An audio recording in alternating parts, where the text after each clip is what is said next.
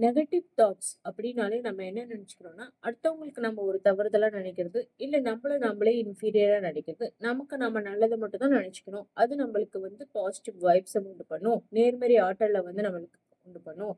ஆ ஆ அடுத்தவங்களுக்கு நம்ம கெடுதல் நினைச்சா, அத வந்து நம்மளுக்கு எதிர்மறை ஆற்றல உண்டு பண்ணும். அப்படிங்கிறத மட்டும் தான் நம்ம நினைச்சுக்கிறோம். ஆனா, நம்மளுக்கு ஒரு பிக்கஸ்ட் எதிர்மறை ஆற்றல் கிரியேட் பண்றது எதுன்னா, நம்மளுடைய பிக்கஸ்ட் நெகட்டிவ் தாட் என்னன்னா, நம்மளுடைய கில்ட். நம்ம கில்ட்ட ஓவர் கம் பண்ணி கில்ட்டுங்கிறது என்னது? குற்ற உணர்ச்சி. நம்ம எந்த ஒரு விஷயம் குற்ற உணர்வு இல்லாம செய்யும் பொழுது, அந்த செயல் நம்ம எத செய்யறோமோ, அத வந்து தெளிவா, பவர்ஃபுல்லா செய்ய முடியும். நம்மளுக்கு ஒரு விஷயம் தோணுது. அத செய்யணும்னு நெனச்சா அத செஞ்சிடணும். அவ்வளதான். இத நம்ம இன்னைக்கு செய்யலாமா? நாளைக்கு செய்யலாமா? ஒருத்தர் கேட்டதுக்கு அப்புறம் செஞ்சுக்கலாம். இல்ல அவங்க கேட்கிற வரைக்கும் நம்ம வெயிட் பண்ணி பார்க்கலாம். இந்த மாதிரி எல்லாம் இதெல்லாம் என்ன பண்ணுதுன்னா, இதெல்லாம் தான் நெகட்டிவ் தாட்ஸ். நாம நெனச்சுட்டு இருக்கோம், இன்னொருத்தவங்களுக்கு கெட்டது நெனைக்கிறது மட்டும் தான் நெகட்டிவ் தாட்ஸ் அப்படின்னு நெனச்சுக்கிறோம். அப்படி இல்ல. நம்மளுடைய ஒவ்வொரு தாட்லயும் ஒரு நேர்மறை, எதிர்மறை எண்ணங்கள் இருந்துகிட்டே தான் இருக்கு. ஸோ நமக்கான அ அ நமக்காக நம்ம செலுத்துற தாட்ஸ்ல ஃபர்ஸ்ட்டு எது எது நல்லது, கெட்டது அப்படிங்கிறத நம்ம பார்க்கணும். ஸோ நம்ம வாழ்க்கையில கில்ட் உண்டு பண்ற மாரி எந்த விஷயத்தையுமே நம்ம ஃபர்ஸ்ட்டு பண்ணக்கூடாது. ஸோ எப்படி நம்ம கில்ட் இல்லாம இருக்கு நம்ம ஒரு அன்றாட வாழ்க்கைய எப்படி கில்ட் இல்லாம நம்ம ப்ரொசீட் பண்றது? ஒருத்தருக்கு ஒரு விஷயத்த செய்யணும்னு நெனச்சா செஞ்சிடணும். ஒரு விஷயம் நமக்கு தோணுது. அத நம்ம இன்னைக்கு செஞ்சிடலாம் அப்படின்னு நெனச்சா அன்னைக்கே செஞ்சிடணும். அத நம்ம நாளைக்கு செய்யலாம். ஆ ஆம் ஆ இன்னும் ஒரு 2 நாள் கழிச்சு செய்யலாம். அந்த மாரி இது பண்ணக்கூடாது. ஒரு விஷயத்த நம்ம இன்னொருத்தர் ஃபாலோ அப் பண்ற அளவு வச்சுக்க கூடாது. இப்போ ஒரு சின்ன ஸ்கூல் குழந்தை இருக்குன்னு வச்சுக்கோங்களேன். அந்த குழந்தைய ஹோம் ஒர்க் செய்ய சொன்னீங்கன்னு வச்சுக்கோங்களேன், செய்யாது.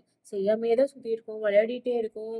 ஆ ஆ ஜாலியா விளையாடிட்டு இருக்கோம். அடுத்த நாள் தூங்கி எழுந்திரிச்சு பார்த்தீங்கன்னா, என்ன ஹோம் ஒர்க் செய்யல. எங்க டீச்சர் திட்டுவாங்க அப்படின்னு சொல்லி அழுகும். அது அப்ப என்ன நடந்திருக்குன்னா, அதுக்கு முந்தின நாள் அந்த குழந்தை விளையாடுறப்ப முழுக்க நம்ம இன்னும் ஹோம் ஒர்க் செய்யாம விளையாடிட்டு இருக்கோம். ஹோம் ஒர்க் செய்யாம அந்த கில்ட்டோடயே தான் அந்த குழந்தை வந்து இருக்குது. ஸோ ஒரு விஷயத்த நம்ம வந்து கில்ட்டோட செய்றப்ப, நம்மளுடைய சக்திய நம்ம கொஞ்சம் கொஞ்சமா இழந்துட்டு இருக்கோம் அப்படின்னு அர்த்தம். ஸோ ஸ்டார்ட்டிங் ஃப்ரம் சின்ன வயசுலேருந்து பெரிய வயசு வரைக்கும், நம்ம எந்த ஒரு விஷயத்தையும் கில்ட் இல்லாம செய்யணும் அப்படிங்கிறத நம்ம வந்து ஆ ஒரு கோட்பாடா நம்ம எடுத்துக்கணும். எப்படி நம்ம அத செய்யலாம் அப்படின்னா, அ யாரும் நம்மள ஃபாலோ பண்ற மாரி வச்சுக்க கூடாது. அந்தந்த வேலைய நம்ம அப்பப்ப செஞ்சிடலாம் அப்படின்னு நம்ம நெனச்சுக்கலாம். அதுக்கப்புறம் பார்த்தீங்கன்னா, அ நம்ம ஒரு வேலைய செய்யணும் அப்படின்னு நெனச்சா, அத நம்ம உடனடியா முடிச்சிடலாம். அப்ப நம்ம திரும்ப அத பத்தி, "ஐய்யய்யோ! நம்ம செய்யணும்னு நெனச்சோமே, இன்னும் நம்ம செய்யாம இருக்கோமே" அப்படின்னு. அதுக்கப்புறம் நம்ம ஒரு நல்ல நல்ல ஹேபிட்ஸ வந்து நம்ம கல்டிவேட் பண்ணிக்கலாம். இப்ப நம்ம கிட்ட நல்ல நல்ல ஹேபிட்ஸ் இருந்துச்சுன்னா, அந்த ஃபார் எக்ஸாம்பிள் காலையில நான் சீக்கிரம் எந்திரிச்சுருவேன்.